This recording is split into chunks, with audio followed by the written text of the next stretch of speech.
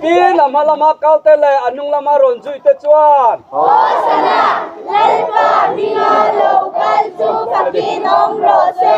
Ram lo pleng tur kan pa Davida ram chu choi moin om rose. Chunung berayan Hosana. Tin lama kau tele anung lama ronjui te chuan. Hosana, lalpa minga lokal chu fakin om rose. Ram lo pleng tur kan pa Davida ram chu choi moin om rose. Chunung berayan Hosana.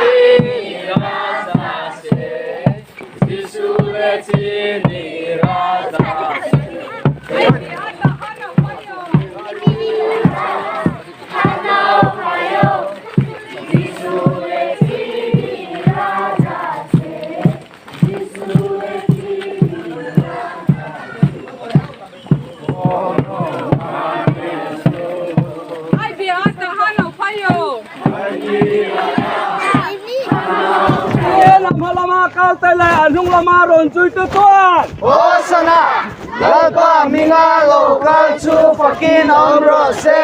Ram lo pleng tur kan pa Davida ram chu choi moin om rose. Chunung berayan Hosana. Harta kahyan harsat na lok mai la ban men suam ram patang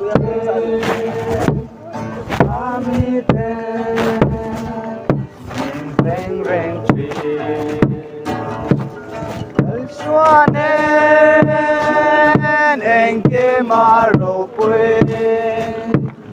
lungai tui Juan Carapo Aluku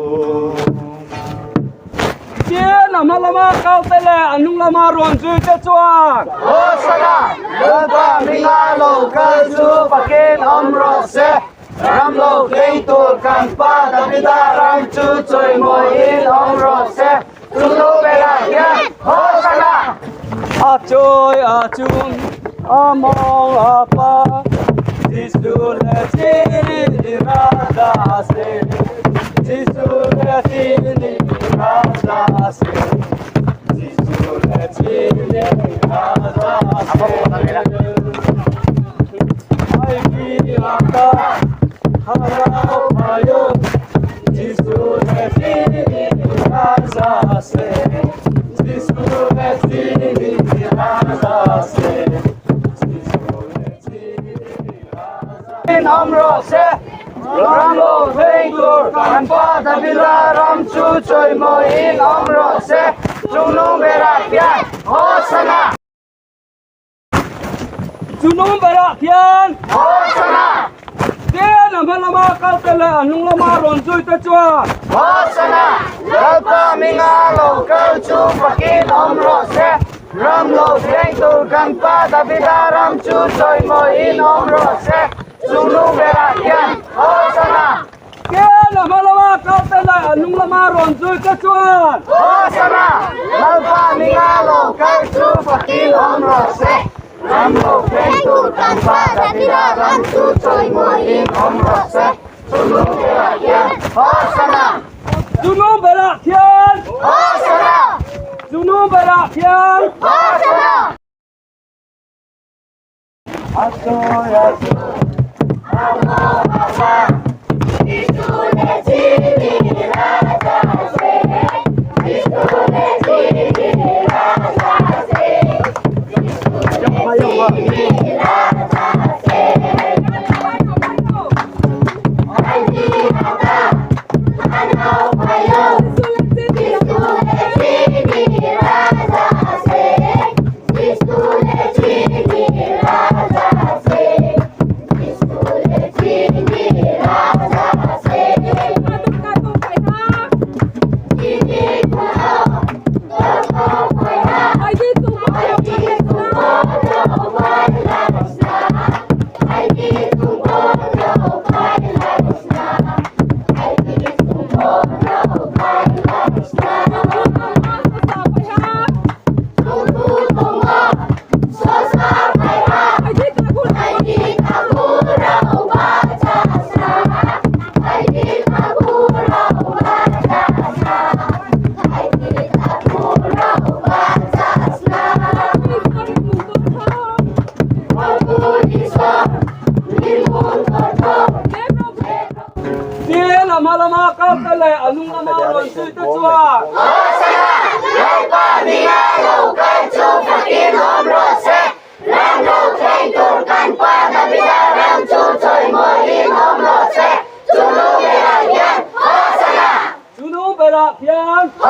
bộ đem cần so nga quay đi đeo sọc xa so này họ phải theo chữ theo này món này nó nóng và kia